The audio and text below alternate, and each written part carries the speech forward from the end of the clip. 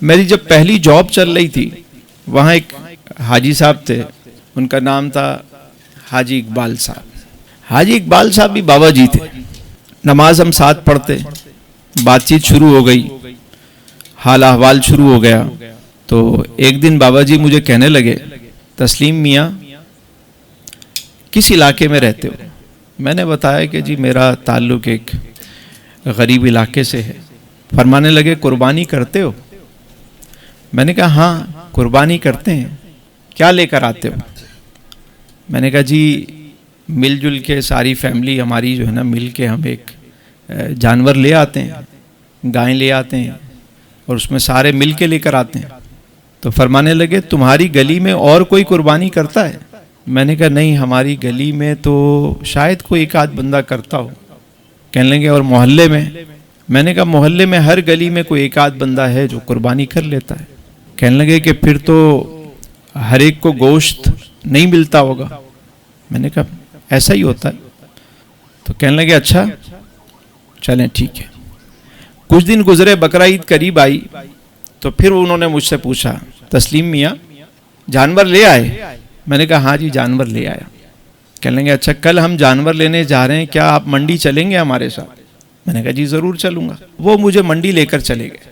دوسرے دن آفس کے بعد انہوں نے مجھے پک کیا، اپنی گاڑی میں بٹھایا اور منڈی لے گئے۔ وہاں انہوں نے 2 جانور خریدے، ایک اپنے لیے اور ایک جانور انہوں نے مجھے دیا کہ تسلیم میاں اسے لے جائیے اور اپنے ہاں اپنے علاقے میں جہاں آپ اپنی قربانی کرتے ہیں ساتھ میں اس کی قربانی کریں، اور گوشت جو ہے چاہیں تو آپ استعمال کریں، جو بچ جائے وہ علاقے میں محلے میں تقسیم کر دیں۔ میں نے کہا ٹھیک ہے۔ پھر انہوں نے مجھے کسائی کے پیسے دیے کہ کسائی کٹائی کے کتنے پیسے لیتا ہے؟ میں نے کہا جی اتنے لیتا ہے۔ انہوں نے وہ پیسے بھی دیے، چارے کے پیسے بھی دیے کہ 4 دن باقی ہیں عید میں، یہ چارے کے پیسے بھی لو، ساری چیزیں انہوں نے دی۔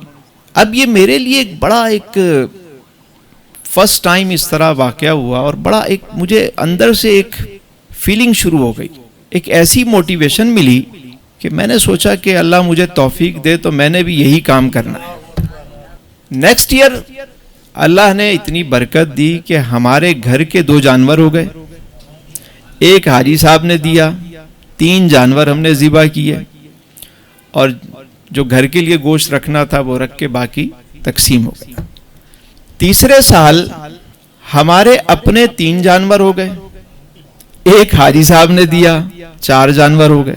چوتھا سال آیا تو ہمارے 4 جانور، ایک حاجی صاحب کا 5 جانور، پنجتن پاک کی نسبت سے 5 ہو گئے۔ اس کے نیکسٹ ایئر ہمارے جب اپنے 5 جانور کی سیٹنگ بنی تو میں حاجی صاحب کو میں نے ان کے پاس گیا، میں نے کہا حاجی صاحب اللہ کے کرم سے، اس کے فضل و کرم سے، اس کی عطا سے اللہ نے بڑا کرم کیا، اب تو ماشاءاللہ ہمارے اپنے گھر کے 5 جانور ہو گئے ہیں۔ تو میری یہ گزارش ہے کہ آپ اس جانور کو کسی اور علاقے میں دے دیں، کسی اور کو دے دیں۔ تو حاجی صاحب مسکرانے لگے، کہنے لگے اچھا 5 جانور؟ میں نے کہا ہاں اللہ کا شکر ہے 5 جانور۔ بڑے خوش ہوئے، بہت دعائیں دی انہوں نے۔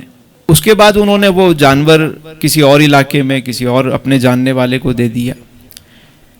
لیکن اس سے جو موٹیویشن ملی مجھے کہ یار اس شخص نے اپنے لیے بھی جانور خریدا اور ایک جانور خرید کے اللہ کی راہ میں کسی ایسے علاقے میں بھیج دیا جہاں قربانی نہیں ہوتی، چلو وہاں کاٹ کے پیسے کسائی کے بھی دیے، گھاس کے بھی دیے، معاشرتی طور پہ ایک اچھا میسیج چلا گیا۔